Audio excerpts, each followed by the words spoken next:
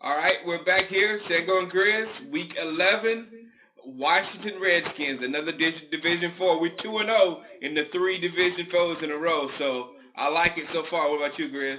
Oh, yeah, man. This was like, when you looked at the schedule early in the year, this was the key moment you looked at, and you were like, make or break where we're going to go this year. Yeah, yeah. So far, so good. It was like I said, before, these 3 games are going to tell us a lot about our Dallas Cowboys.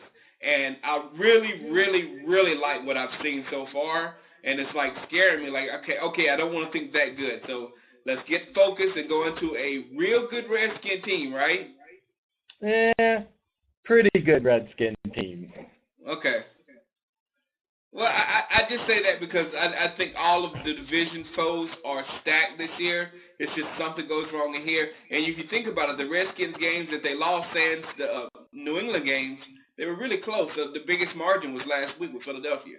Yeah, that's why I say they're a pretty good team, because really good teams close the deal in the fourth quarter. Yeah. And the quarterback, Jason Campbell, he scored 3 touchdowns last week. So he's got the capabilities to do it. So we have to do what to that offense to shut him down? What do we need to do?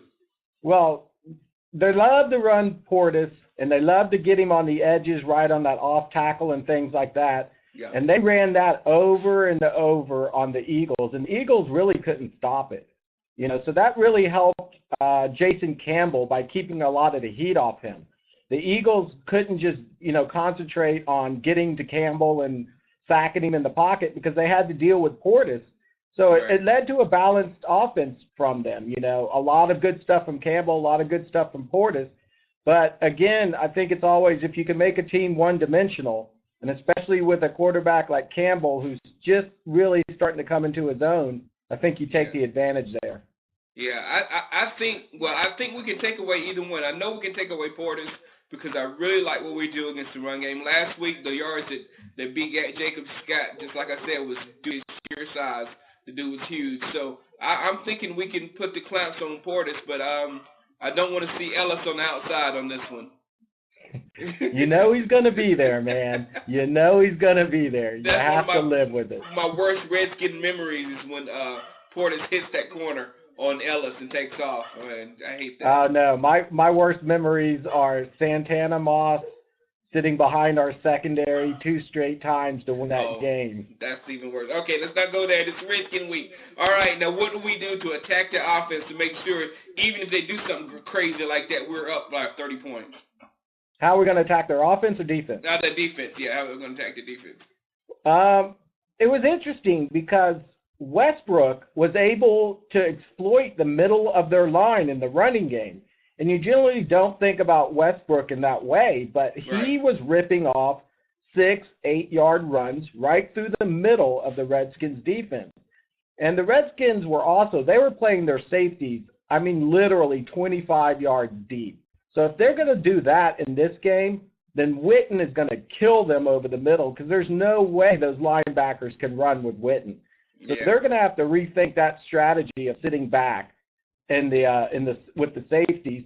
And, I'd like to see us also establish a run game, a solid one throughout the game.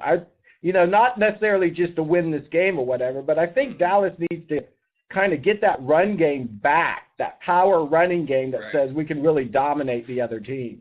Right. I just think that since, Sean Taylor's not going to be there, that we need to attack over the top with T.O. because Carlos Rogers is not there. They're real weak in the secondary, and I just think we go for the jugular early, and it'd be it's celebration time by the third quarter. I like those odds. Oh, I definitely like the idea of attacking Sean Taylor's replacement, and apparently they're going to use a couple of guys in that position. So I have no problems with throwing the ball. I just want Dallas to be, a little bit more reliable in their run game, not necessarily just in the fourth quarter.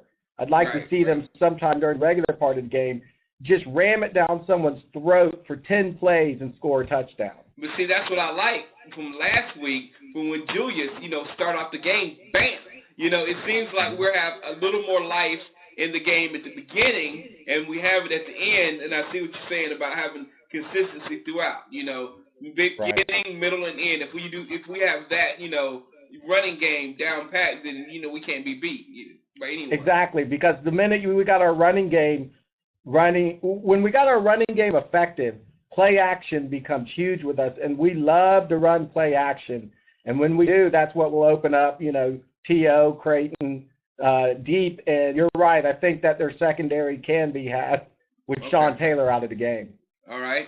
Since the running game is so important, the question of the week for everyone: how many combined yards do you think JJ and MB3 are going to have? Just in rushing? Just in rushing. I'm going to put it at 130. 130.